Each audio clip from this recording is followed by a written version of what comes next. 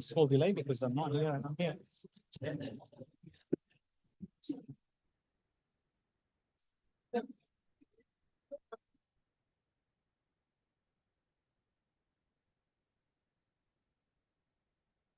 We'll be starting in a couple of minutes. Thanks for your patience.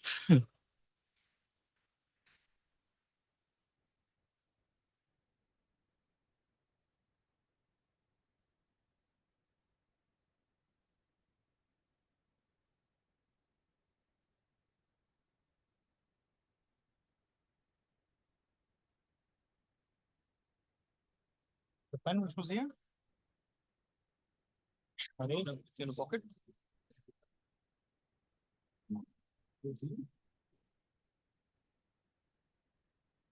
Somebody took the pen which was here? Really? Will you drop the...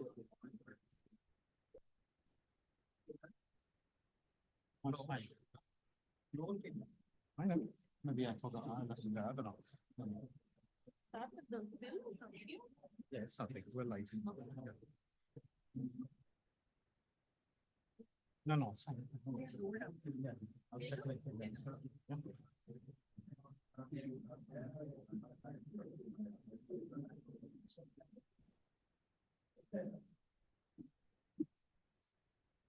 Welcome, everyone. So we're starting to close the conference. And what better moment actually than the award ceremony for Global Development Awards competition. You've seen GDN at work with, of course, our partners USP for 3 days. Some of you have also seen GDN programs at work, not just the conference team. It's tradition for the Global Development Awards competition finals to happen at the Global Development Conference. GDN's flagship event. With a busy week, we had 2 sessions, 2 finals for 2 different award categories under this program, and also 2 meetings with an international jury that selected the winners of today.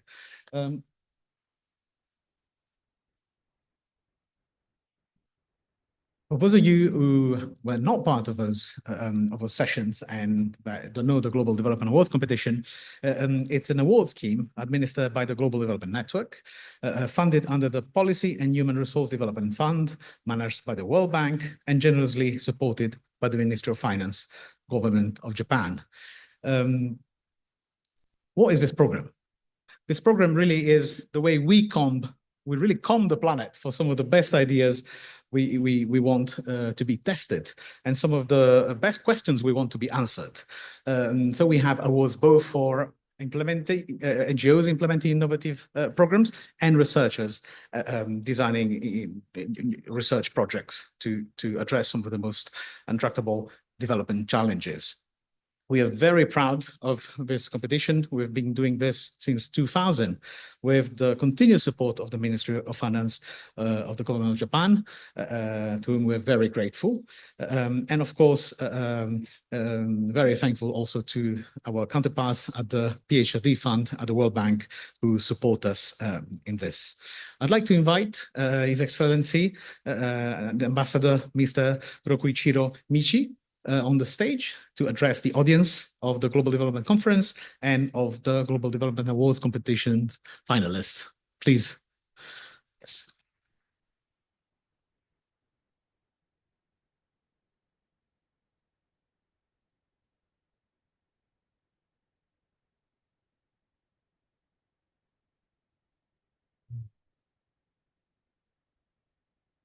Professor Jean-Louis Arsan, President Global Development Network, Professor Gamit Singh, Deputy Vice Chancellor, Vice President USP, Mr. Francisco Vino, moderator for the session and director of the program, Global Development Network, Fiji government officials, member of University of South Pacific, senior management team, staff and students, Global Development Conference 2024 stakeholders and participants, distinguished guests, ladies and gentlemen. Bula binaka, namaste, konbanwa in Japanese, and very good evening to you all, and thank you very much.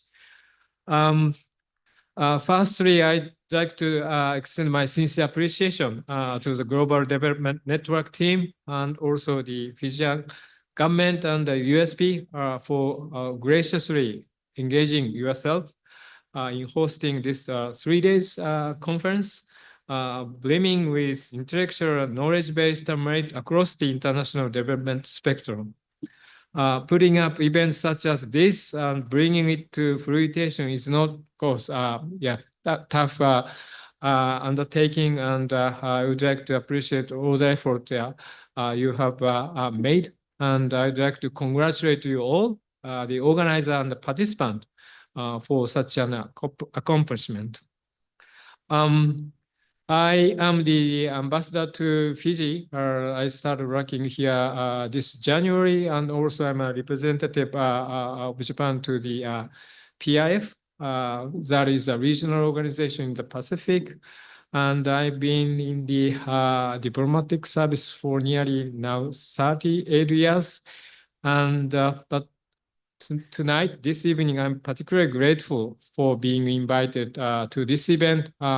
Because I'm becoming more and more convinced that all the policy effort needs to be more based on the academic and science-based sort of approach. And this is something you contributed greatly. And therefore, I'm particularly grateful for being given this opportunity. And my presence here, therefore, not only a social or ceremonial duty, I guess, for me, and it is, in fact, a very important opportunity for me, actually, to see firsthand and familiarize myself with the latest findings, research results, policies, recommendations, and suggestions by the development practitioners, specialists, researchers, academics, policymakers, and all the development stakeholders from across the international development sort of community. Now, I couldn't agree more with the theme for this year, this Global Development Conference 2024 Global Synergies, Climate Resilience Strategy for Sustainable Tomorrow. Especially here in the Pacific, particularly for the small island developing states, climate change is not only a matter of just a theory, it's actually, it's happening here. And the mitigation and adaptation is not only the question, but it's really a heartache for them of facing an existential threat. And global warming and sea level rise are projected to actually affect and possibly inundate some island nations or villages or community in the coming years to come. And you might be aware that we just finished COP29 summit in Azerbaijan last week, and some of the members sort of expressed their own sort of positions, and probably this is some sort of we witnessed diocese or discord among the countries, and however, this is where we need to address properly through more assurances, guarantees, and greater inclusion, and more substance to actually address the issue. And this is why the theme for your conference, Global Synergies, hit the mark by transcending beyond development goals towards charting universal harmony and building consensus for bridging the divide, which might exist at the current world, and for more cohesive, sustainable, and prosperous future for all. Now, I am pleased, as has been introduced by the Master of Ceremony, I'm pleased that since the first Global Development Awards and medals competition held in Tokyo in year 2000, for more than 20 years, Japan has been continuing supporting and sponsoring the award for Most Innovative Development Project, MIDP, and awards for Outstanding Research on Development, ORD. And this was done through the contribution by the Ministry of Finance to the World Bank office in Japan.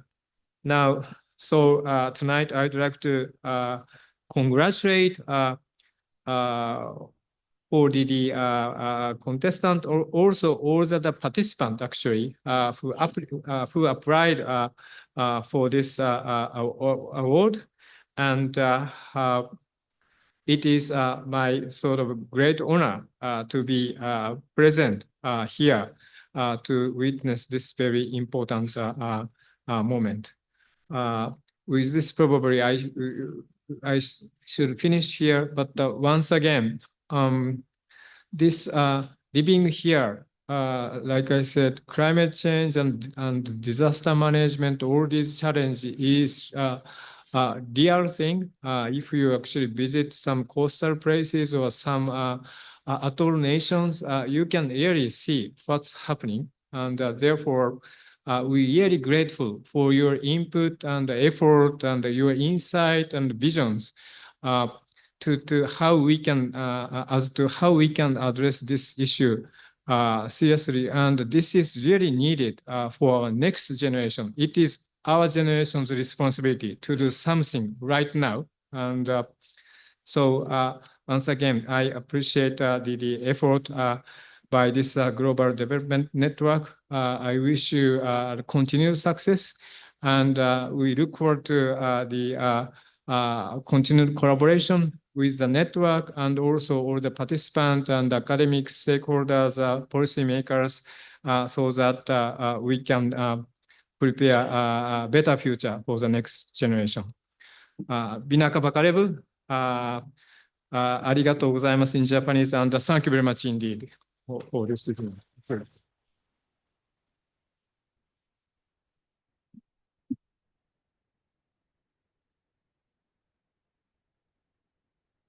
Thank you very much, His Excellency, the Ambassador of Japan to Fiji, Ambassador Michi. I think this is when we start handing out the awards. This is the moment. So let's start for 2023. A lot of you might have bumped into winners of edition during 3 days. These are actually projects that were awarded in April of this year. Everything was online, and we didn't have a chance to hand over the awards. So we thought we could and should do it now, particularly since we invited them to join us in Fiji. So may I invite His Excellency the Ambassador and Jean-Louis Arcan, President of GDN, on stage. And we'll be starting with the Japanese Award for Outstanding Research on Development, ORD 2023. Can I invite the winners, the first prize winners, Siri and Saab, to come on stage?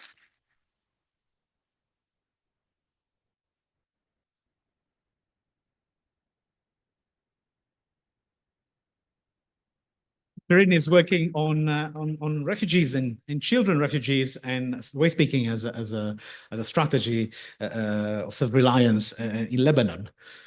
Thank you. May I call on stage the second prize winner for the ORD category, Jovia Nakato.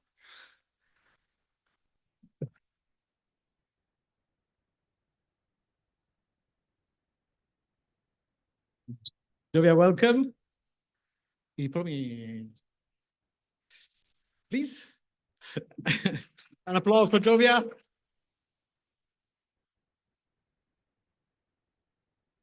Jovia is actually also working on street children. We had two winning projects on street children last year, but on the link between education, health, and welfare. These winners are actually already working on the projects. Thank you. Third prize winners for the ORD 2023, Victor Owusu. Please come on stage.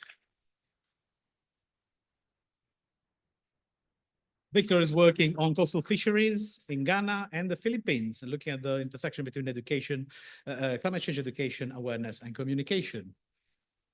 Please.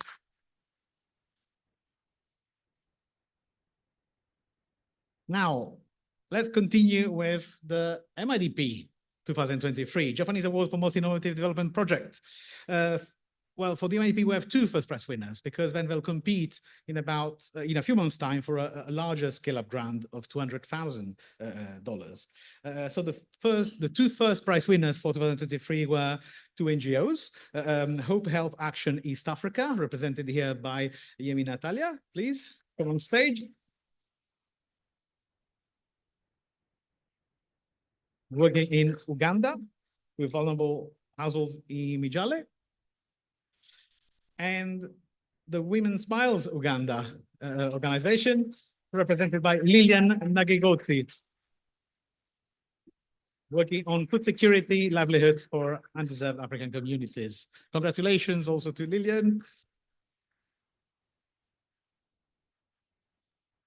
And the second prize winner is the NGO Assisting, Caring, and Empowering Africans Foundation, represented here by Asana Shaibu. Thank you very much. That's piloting a school radio program.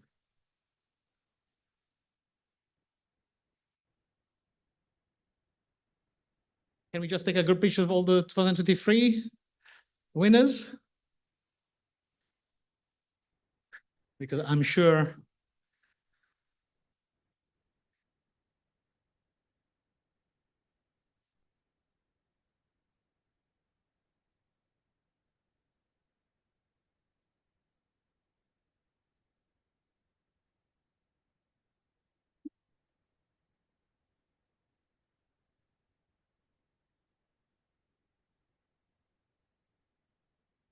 you have to be the pillar, Jean-Louis.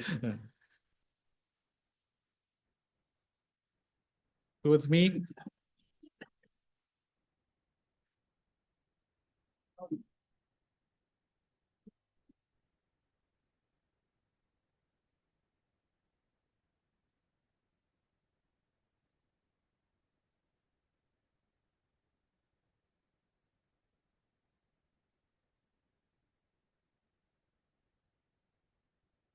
And now the results of the 2024 edition.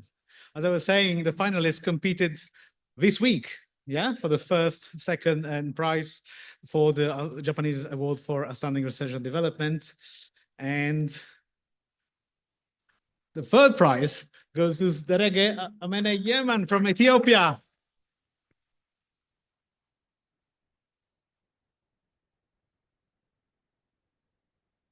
The award is for 10,000 US dollars to develop a project on multi-epistemological approach examining synergies between indigenous and scientific knowledge. Congratulations, Derege. Now the second prize will get $20,000, goes to Cynthia Wakungu. Cynthia is from Kenya, and she's working on dual purpose sorghum and turf crops interventions and food security.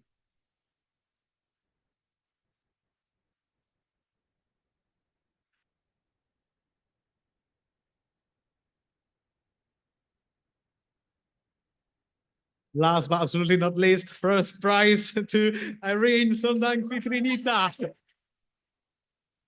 Congratulations. Irene is from Indonesia, and she's proposing a longitudinal studies of climate-related effects on livelihoods and spatial movement.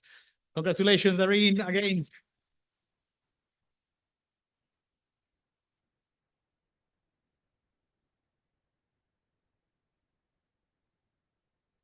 And now MIDP 2024, Japanese Award for Most Innovative Development Project.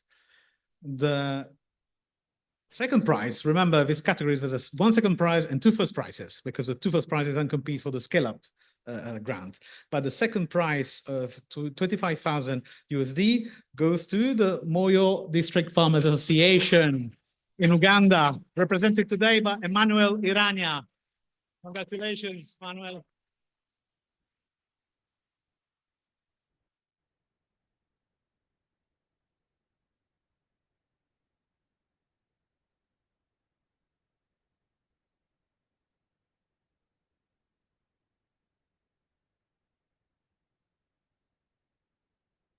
And the two organizations that will be competing, well, implementing the project, but also competing for the scale-up grant are AcoFresh from Ghana,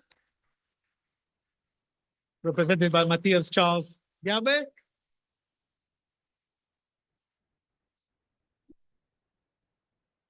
and AEDFI from the Philippines.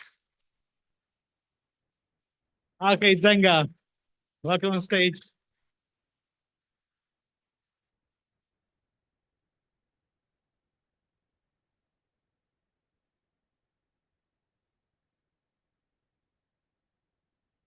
Well, again, congratulations to everyone.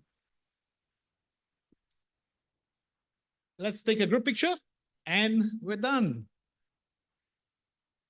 I think on the first, and then with everyone. Yes.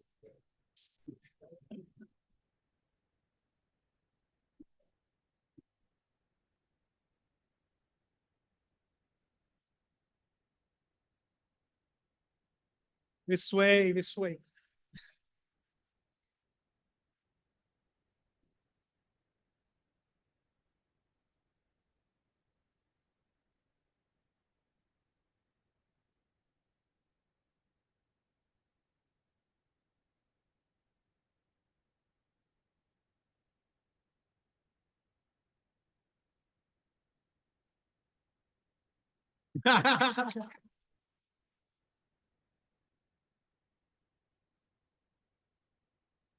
Thank you.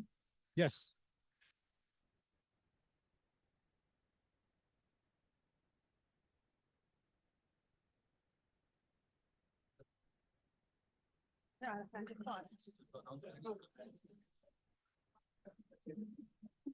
Well, this was the award ceremony for MIDP and ORD 2023-2024. We'll now have a video about this week's conference, and then a theater show as we wait for the closing ceremony.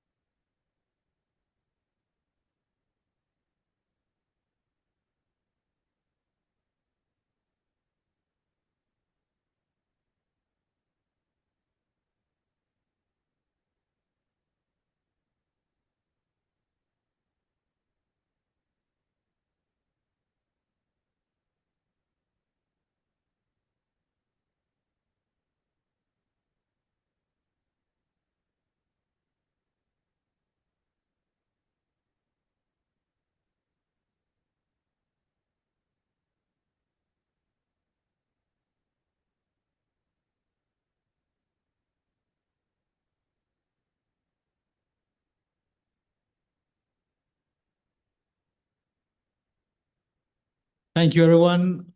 I think we're having a cultural performance next as we wait for the closing ceremony. We have the Deputy Prime Minister actually from the government of Fiji joining us later. So as he arrives, we'll have a cultural performance.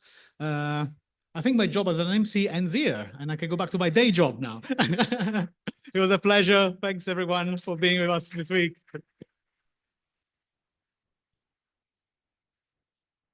Bear with us as we reset the stage.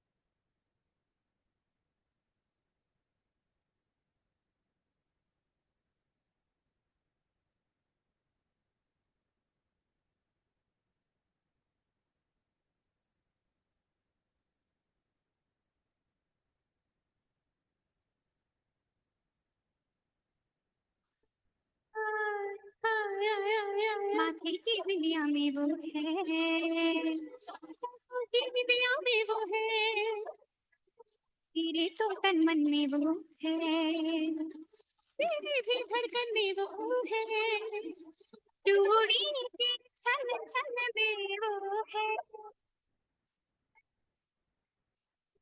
Colour की हट हट में वो है,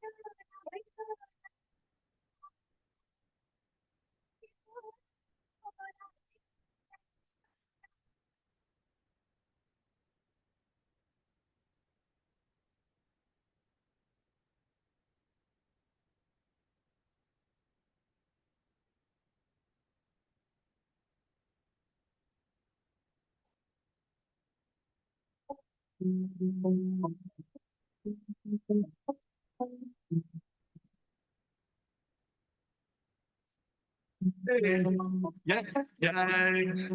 Let's go. You know it. I know you know it. Hey, you know, it's not getting awesome. Yeah.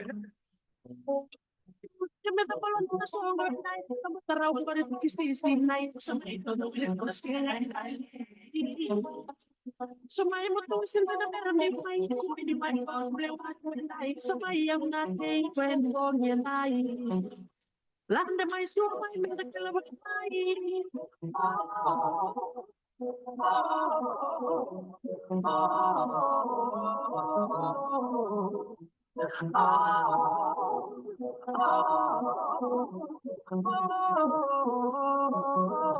si may ano may nakalala and I now lala isali I'll be but sila matala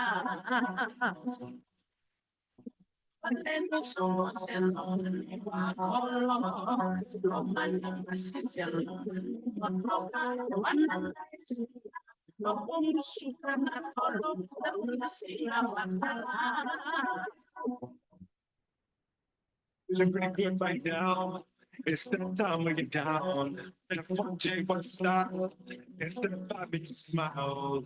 And a place to be. Come move with Jackie and me. Make your body go with this is jet man, this is it. Go for the beat, show me your feet. Y'all know what I mean. I just want to come and feel the beat. Yeah, yeah, yeah.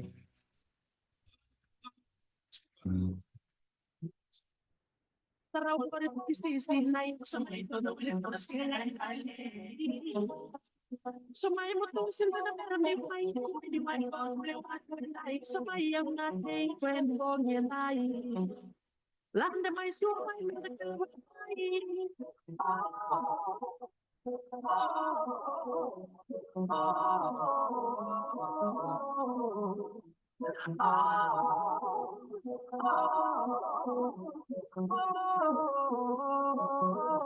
Si may ano may nakalala and I now lala isali I'll be but sila matala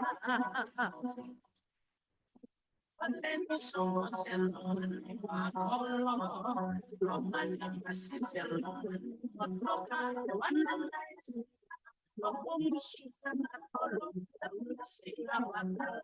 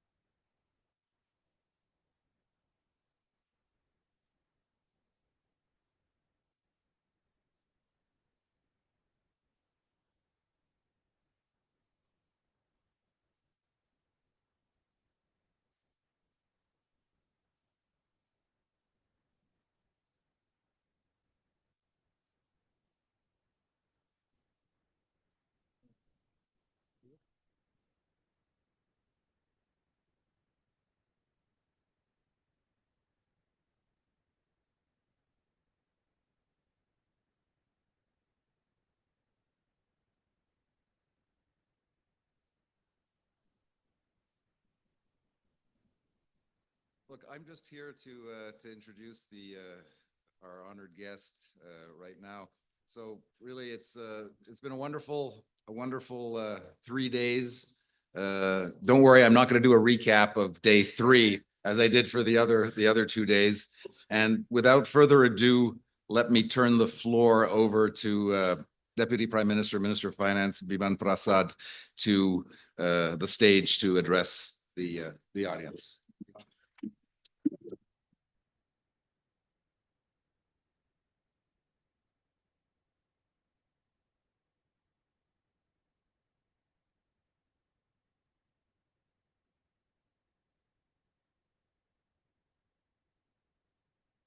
Thank you. Good evening and Bula to everyone.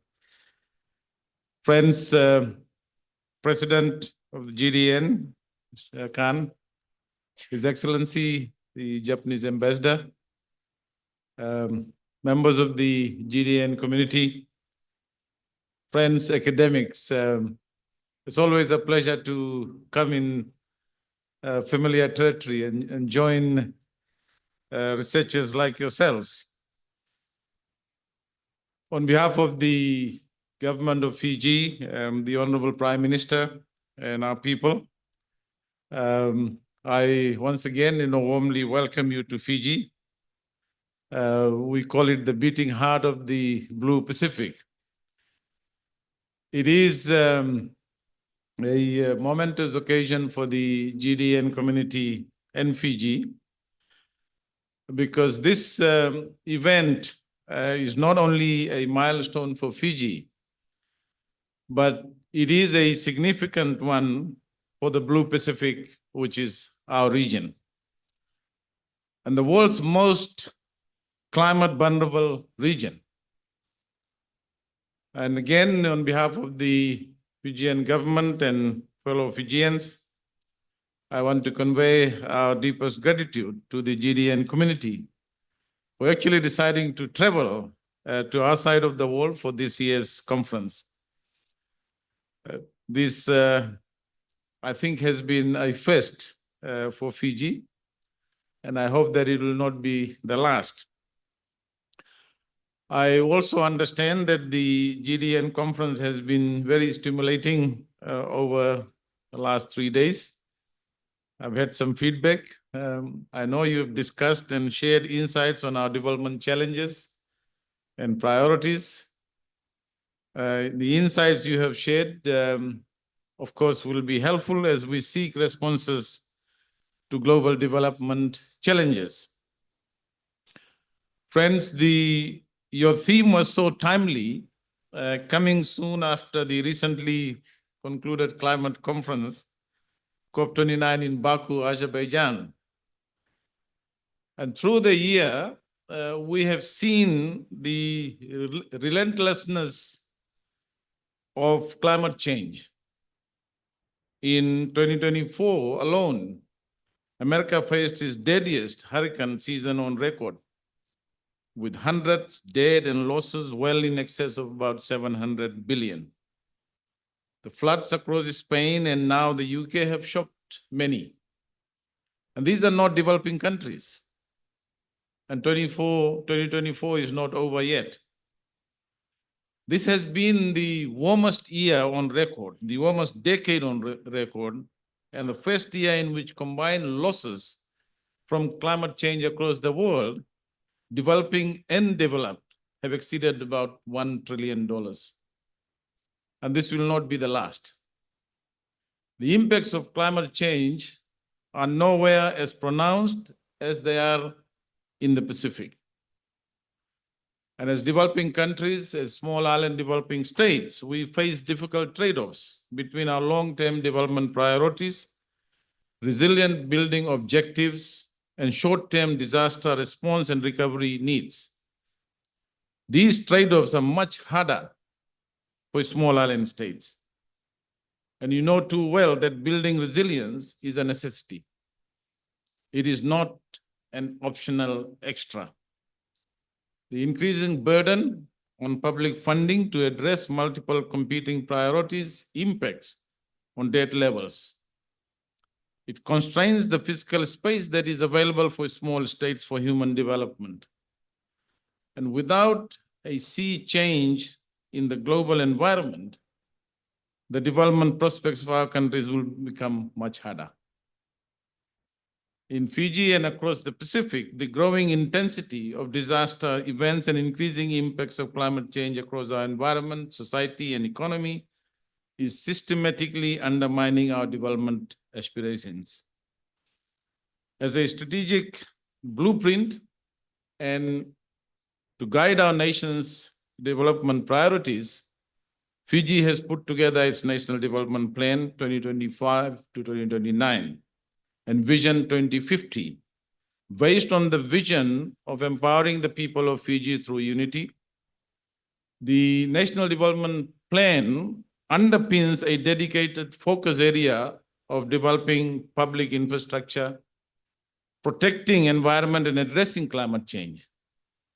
Climate change and disaster risk is mainframed across our entire development waterfront. I've just returned from COP29. I'm still suffering from jet lag, where I joined world leaders in calling for urgent action on climate change and mobilize climate finance. Together with other Pacific colleagues, we are disappointed somewhat with the outcome on climate finance, as we expected more, but some deal is better than no deal. And we treat the 300 billion agreed to in Baku as the floor of climate finance.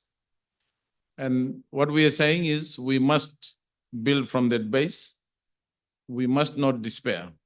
We will, and we must be relentless in raising the floor of climate finance globally, and in particular for many of our Pacific Island small states.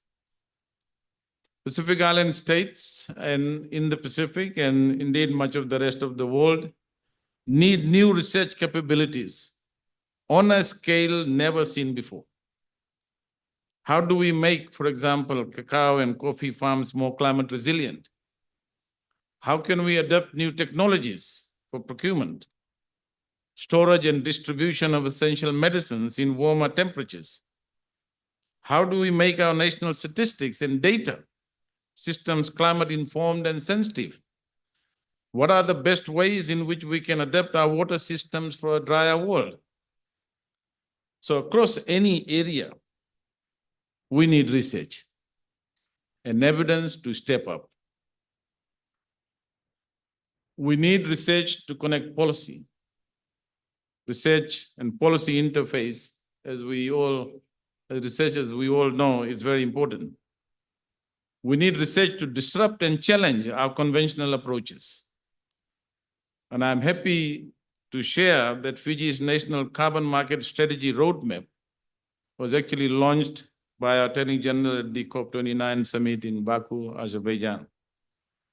And this, in a way, marks Fiji's crucial recognition of international market-based cooperation and supports local efforts to reduce emissions and transition away from fossil fuels.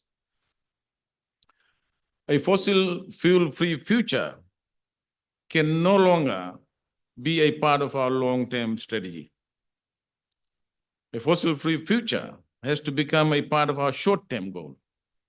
Not all of us will be able to buy escape pods to Mars, for example, and beyond to escape an unlivable planet. Fiji and the Pacific's primary forest and their blue forest, mangroves and seagrass have to become part of our development strategy. Our national accounts, how we value environmental services, how they are valued by markets, are all within the frame of new and existing and perhaps exciting new policy developments. They will reshape the universe of public finance. We welcome those of you who are studying and researching these areas. And we look for your inputs to shape national and international policy. And that's why people like yourselves are very, very important. At this GDN conference held in Fiji, a large ocean state, we sometimes move away from calling ourselves small states to large ocean states. And really, we are in the heart of the blue Pacific continent, the world's largest continent. And this is significant. The ocean, therefore, has to become a core part of the global response to climate change.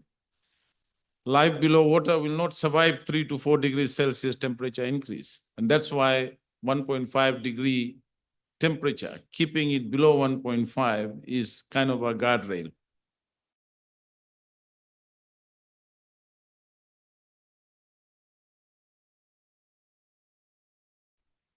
And I know that our negotiators are again battling away with the fossil fuel crazed and world gone mad to secure a binding plastic treaty in Busan, Korea. And we wish them well. Our permanent secretary is there. The ocean provides one of the best tools that we have to get global temperature increases back to a pathway to 1.5 Celsius world. And therefore, the world has to stop being so reckless with our ocean. The Pacific cannot be the dumping ground for world's plastics. I hope more of your research will focus on the ocean, on building sustainable blue economy, and on allowing the ocean to continue to provide its life-giving services to humanity.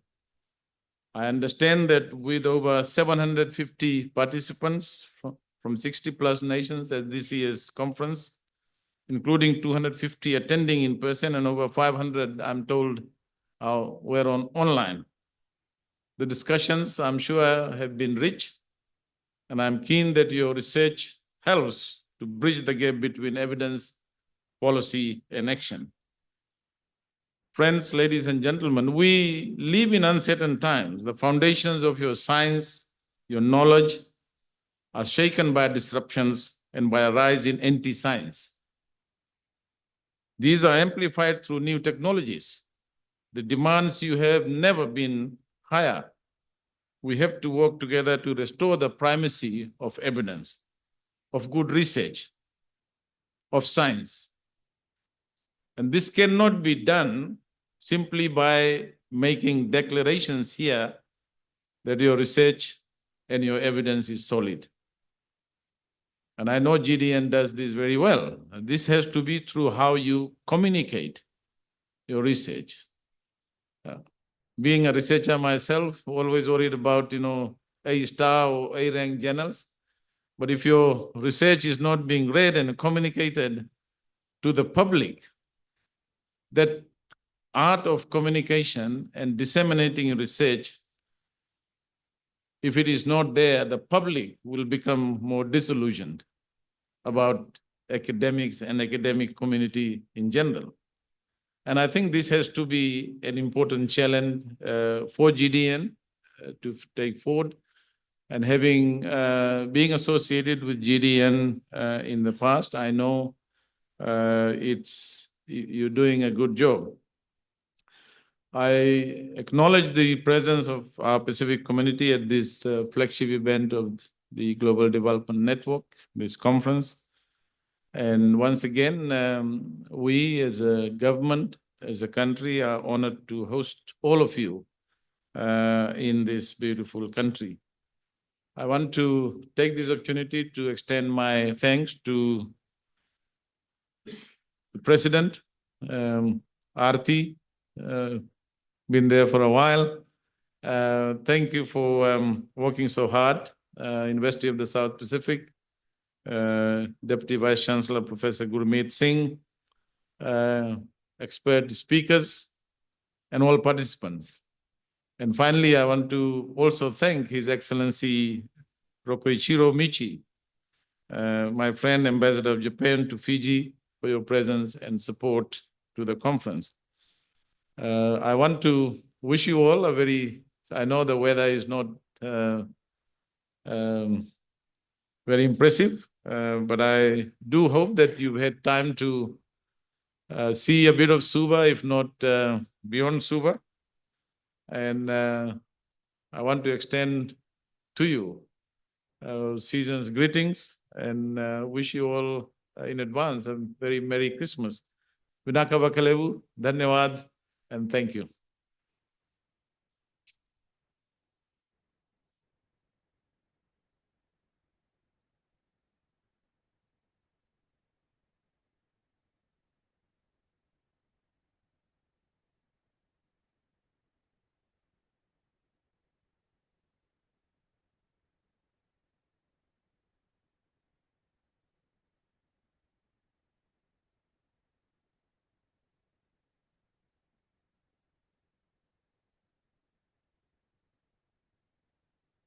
Honorable Deputy Prime Minister, Professor Biman Chandra Prasad, President of GDN, Professor Jean Louis, His Excellency Ambassador of Japan, Roko Chiro Miko,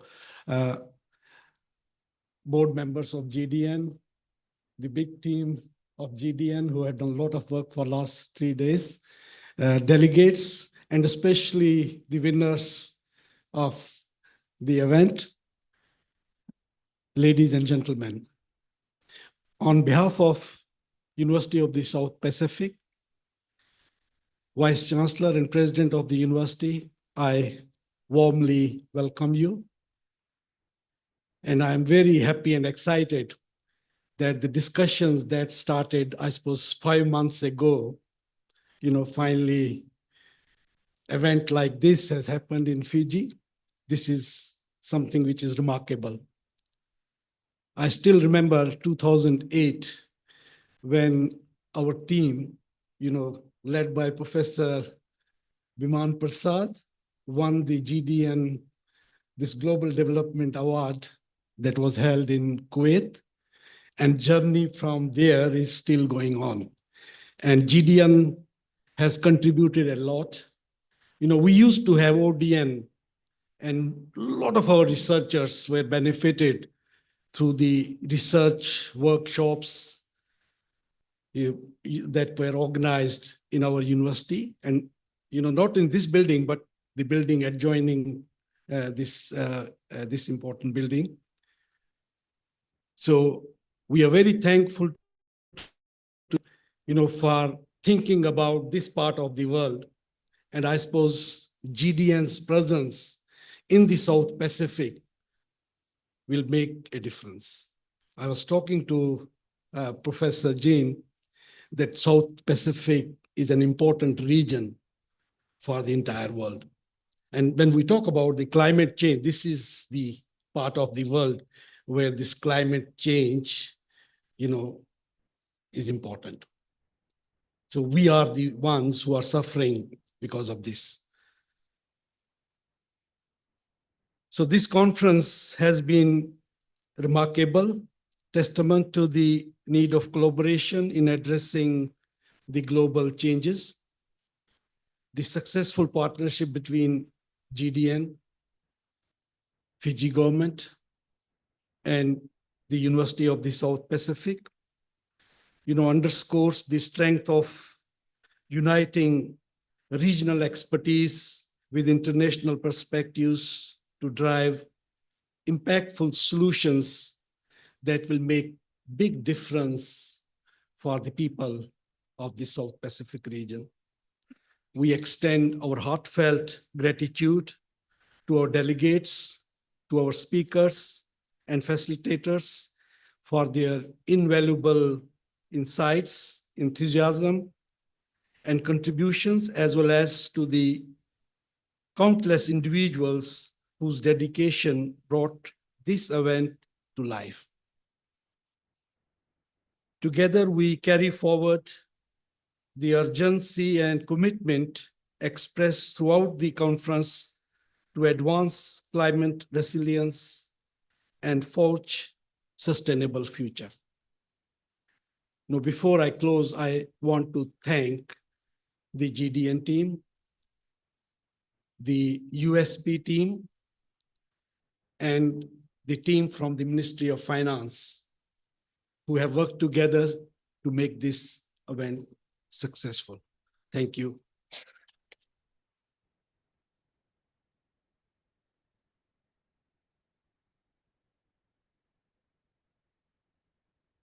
I will try to be extremely brief. It seems to be becoming a habit that I stand between you and either dinner or cocktails. The Honorable Deputy Prime Minister, Vice Chancellor and President of USP, Your Excellency, Ambassador of Japan, dear friends, colleagues, and I would say especially the student volunteers from USP.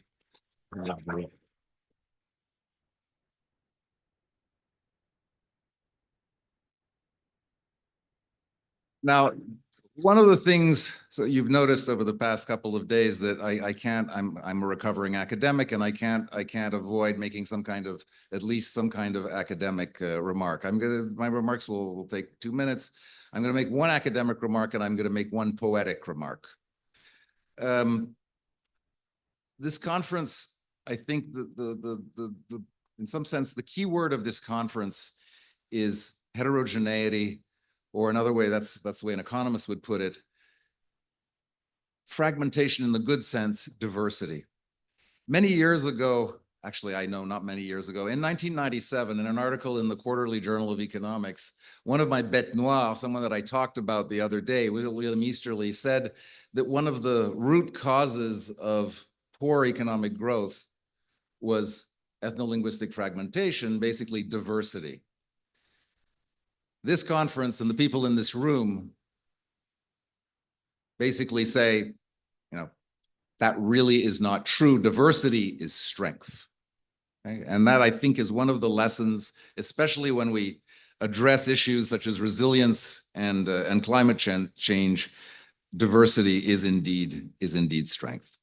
So I could spend a long time thanking people, but thank you to the government of Fiji for making this happen, for becoming the first new member country of GDN in 20 years, which is quite a remarkable commitment on the part of Fiji. And I'm sure that we'll be going forward in the future and conquering new territories and bringing more nation states into the GDN family. I thank USP also for what I hope will be the beginning of a beautiful friendship, to quote Humphrey Bogart, and the success and the success of this collaboration, and it's been instrumental in making this event work. And I think it's just really just the beginning. We're also deeply grateful to our sponsors. You see on the who without whom we would not have been able to do anything. And just so that you know, the next year's conference theme, so next year the conference is back in Clermont-Ferrand in central France. The theme, I can give you the actual, the official title. It's on inclusive digital transformation, social impacts, and technological innovations. Okay, so I mean, digital stuff is really important, and we're trying to stay with this stuff. And digital, as we saw with a lot of presentations during this conference, digital and resilience and environmental issues go hand in hand. We look forward to seeing you there.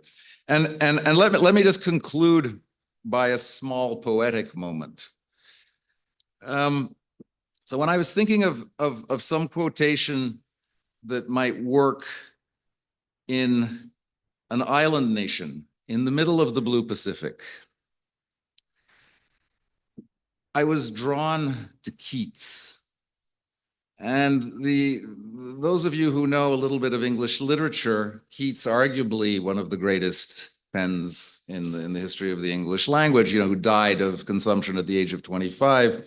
His epitaph is extremely famous. It's one of the most beautiful epitaphs ever graced. It's in the Protestant cemetery in Rome. And his epitaph is, "Here lies one whose name was writ in water." And it's the water part that I remember. But then that wasn't quite it. I mean, it's one of the most beautiful epitaphs ever written, but it wasn't quite it. And I started digging around a little bit. And what I came up with is another one of my favorite authors. And this was Oscar Wilde. And Oscar Wilde approximately 50 years after Keats died, visited his tomb. I looked this up. It was in 1877. He visited Keats' tomb and he said, "Thy name was writ in water, it shall stand, and tears like mine will keep the memory green." Now, three things from this. Fiji is writ on water in the Blue Pacific. Second, no tears. We'll see each other again. And third, keep thy memory green. I declare this conference closed.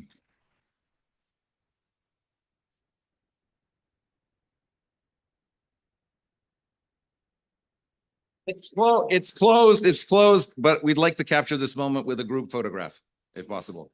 So just stay seated. I think, where's my photographer? Yeah, there you go. Okay, so just listen to what he says. Unlike me.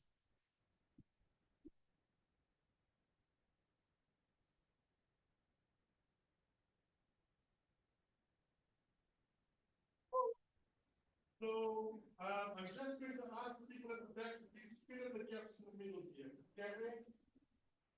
If we can do this, get up and fill in the gaps here, please.